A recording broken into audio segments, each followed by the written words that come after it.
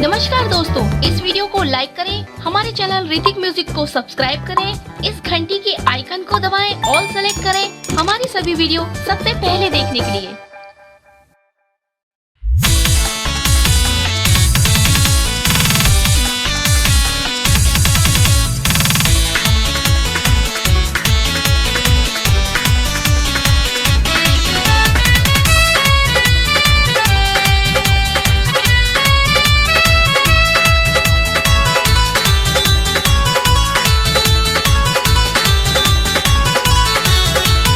झुमका दिलियो नथिया दिलियो दूसरे पलटल ही जवानी।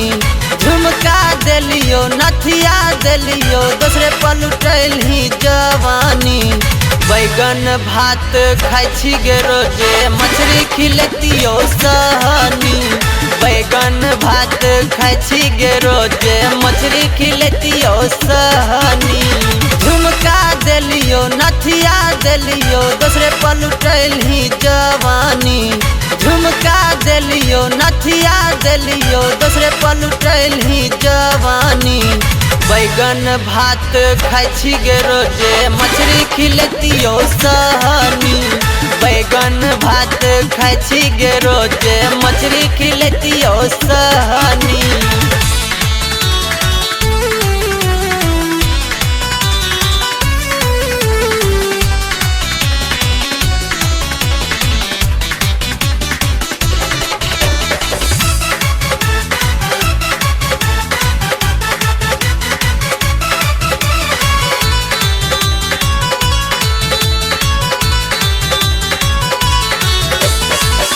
सबक सिंगार करती बन के मोहरानी।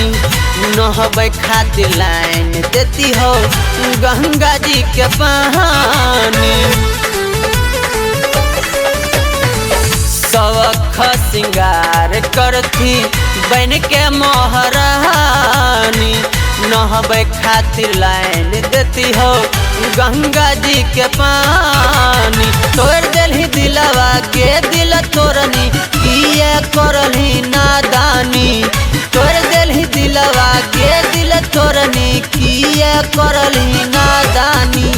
बैगन भात खाइ छी गे रोजे मछली खिलतियो सहनी।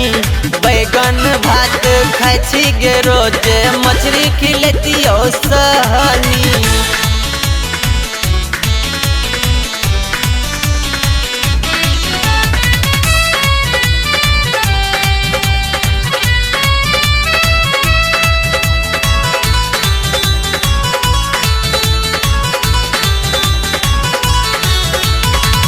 गोरे गोरे गाल रहो किया भेलो कारी। हेयर लवली किन के दे रहो तोरा बदरी। ये गोरे गोरे गाल रहो किया भेलो कारी। हेयर लवली किन के दे रहो तोरा बदरी। गला में सिकरी शोभै छ तोरा हमरे छियो निशानी। गला में सिकरी शोभै छ तोरा हमरे छियो निशानी। बैगन भात खाइ छी गे रोजे मछली खिलतियो सहनी। बैगन भात खाइ छी गे रोजे मछली खिलतियो सहनी।